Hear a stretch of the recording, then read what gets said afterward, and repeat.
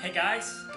So a couple of months ago one of my subscribers suggested that I made top 10 most unique battle systems for JRPGs, and while I was making my research, while I was remembering all those cool and unique battle systems that I've ever played in my life, enjoyed in my life, I came up with almost 30!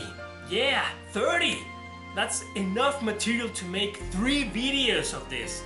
So I have decided that I'm going to make 3 videos for 3 consecutive weeks every Friday starting today. And well, I have to say something first to clarify something as usual, I know, and that's the term. This is called most unique battle systems, not to be confused with the best battle systems, okay? So I'm gonna be mentioning in these following videos systems that are very unique, but that doesn't necessarily mean they are good or good games, by the way.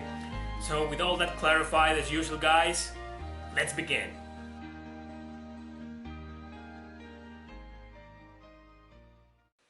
Number 10, Baten Kato's Eternal Wings and the Lost Ocean. Yeah, I know I talk about this game a lot in my channel, but it just so happens to have quite an original battle system. Most card battle systems resemble the classics like Yu-Gi-Oh!, in which you use the cards to summon monsters. Here, you literally use what is shown in them. If it's a weapon, it's an attack. If it's a shield, it's a defense, and so on. You cannot choose absolutely anything else except what's in the cards. The damage given and received depends on different factors like the numbers of the cards, the status of your characters, the enemy's elemental resistances, etc. As you can see, it's a turn-based system. The order of turns is never shown, so you have no way of knowing who goes first.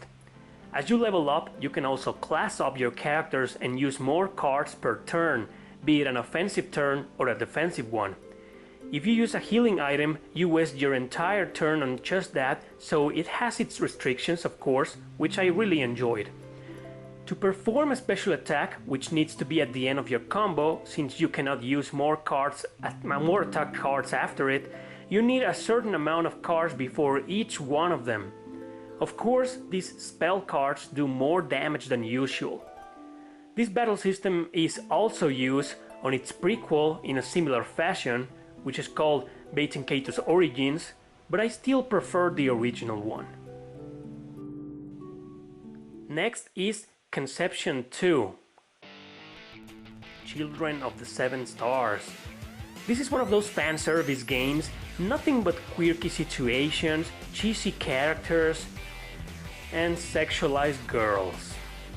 So in terms of story and gameplay, it's nothing but that. However, I was baffled to see how interesting and unique the battle system is. Again, it's turn-based and it involves 4 different parties of 3 kids each, one with your protagonist and his female partner. The enemies are all over the place, and then the game can be somewhat tactical since you need to move your parties one by one around those monsters to attack them. Each of your kids is unique and it's based on one of several different jobs, therefore having different abilities, so combined together in groups of 3, their status can vary. The main character's team is usually the strongest party, as you can see. They all attack in unison, but always combining their skills, something I found really interesting.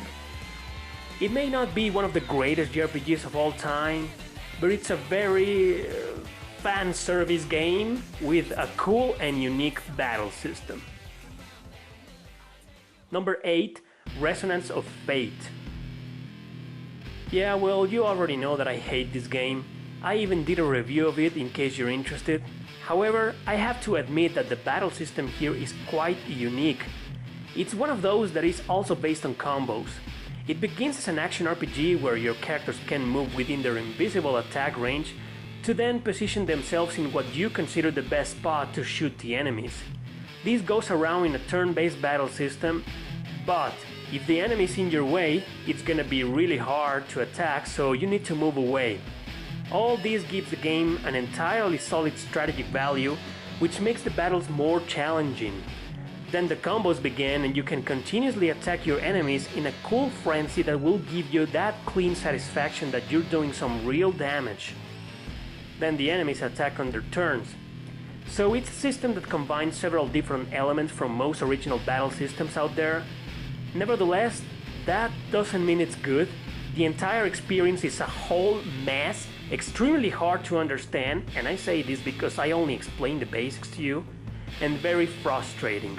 Like I said at the beginning, unique doesn't necessarily means good.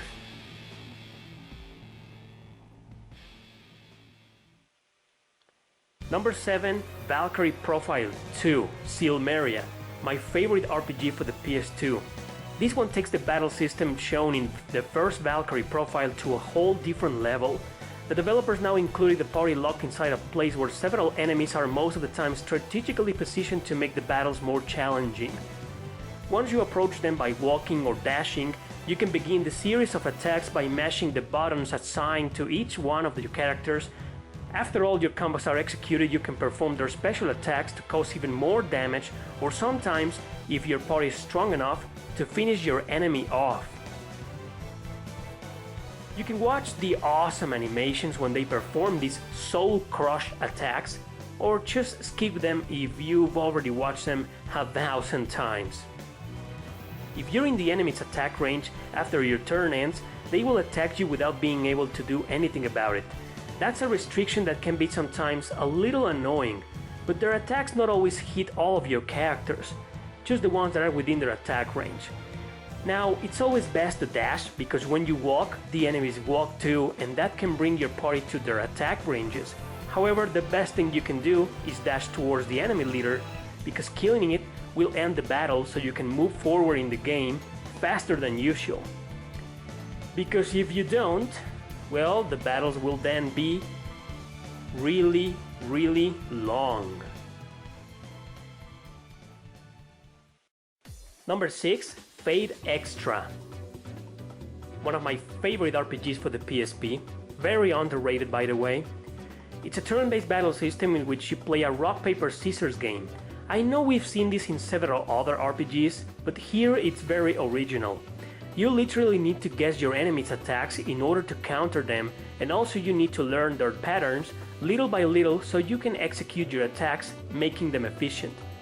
Most of the time, you can literally fight your way through, ignoring these basics by using skills since they always do damage no matter what. But that takes away the beauty of the battle system, and that strategy will not always work, especially against bosses, especially since using skills consumes MP. Now, the system works like this. Attack is strong against break. Break is strong against guard, and guard is strong against attack, creating a counter-attack afterwards. So mixing skills with these choices is mostly the key to success, but to save MP and have more fun, it's best to play the guessing and learning game, since you play as a master and you can use that same MP to heal your servant or boost her status. So at least in boss battles, it's really useful. Overall, this is an excellent game, and with an excellent battle system. I strongly recommend this one.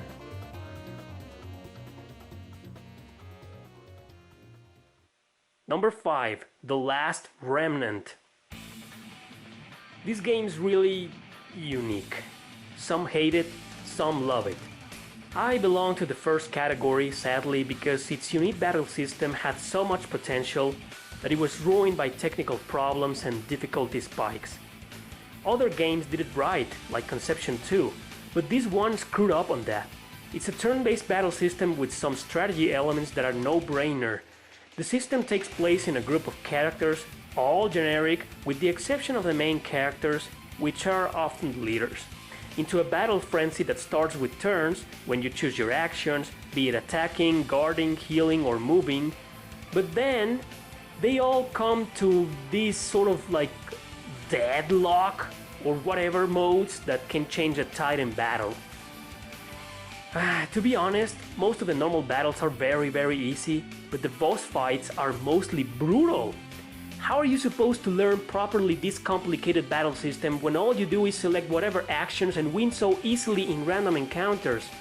To make matters worse, your characters always attack whoever the hell they want in each group of enemies, and that can often lead to a complete disaster.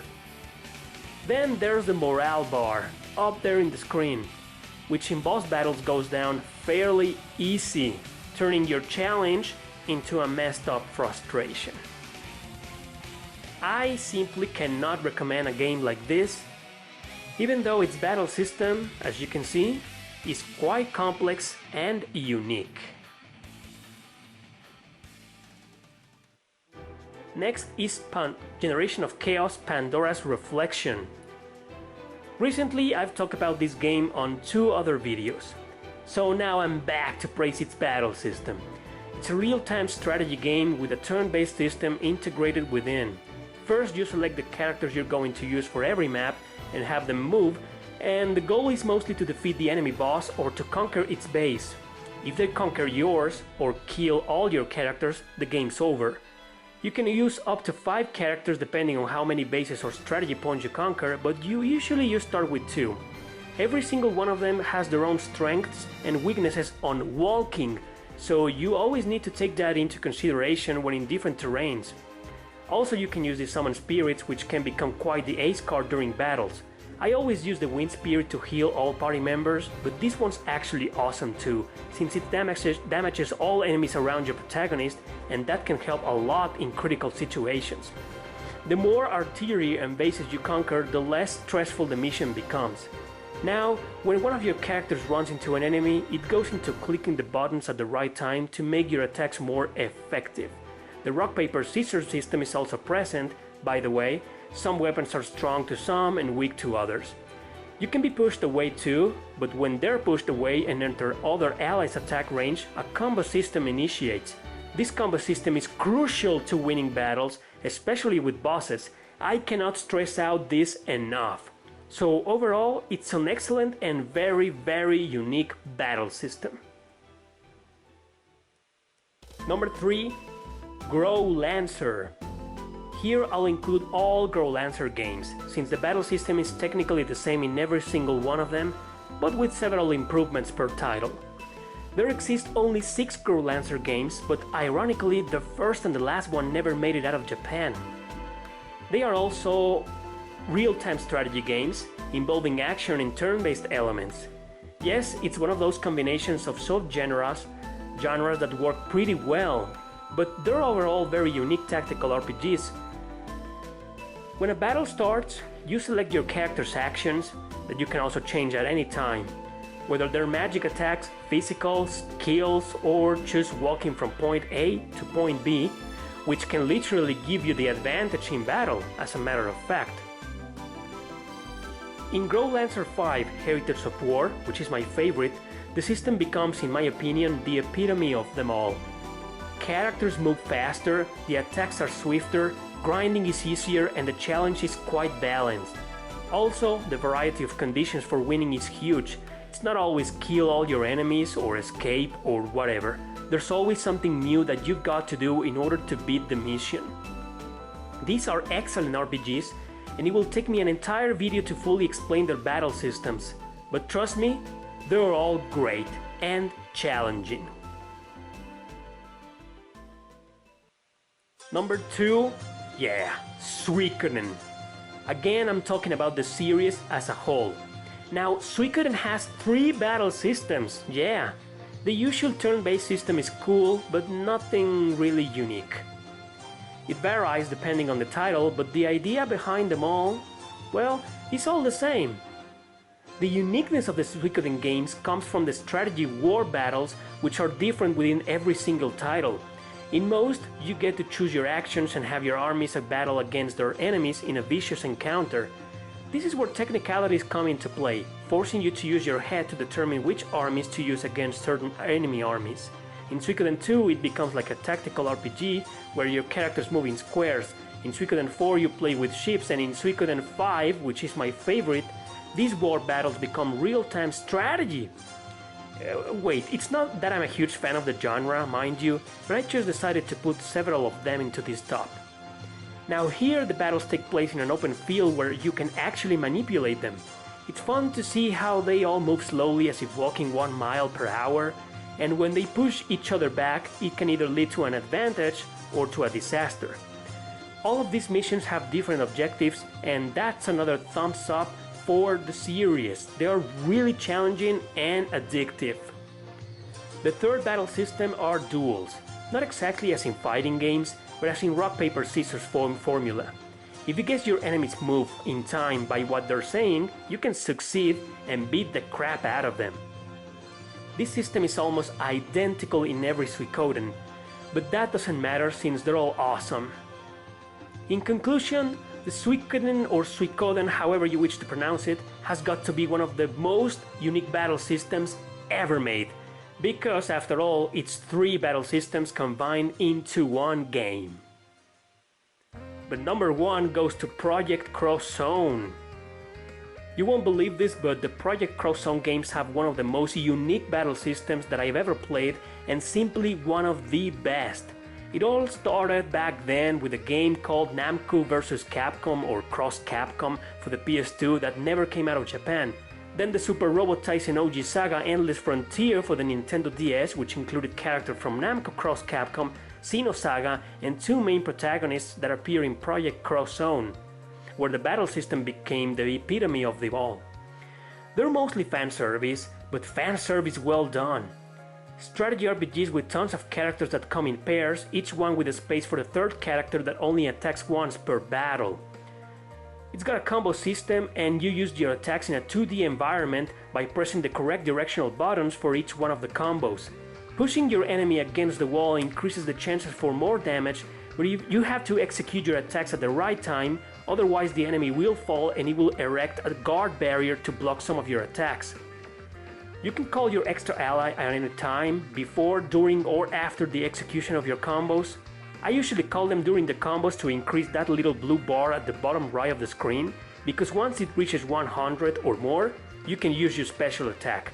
This will deal colossal damage to the enemy and show some fan service.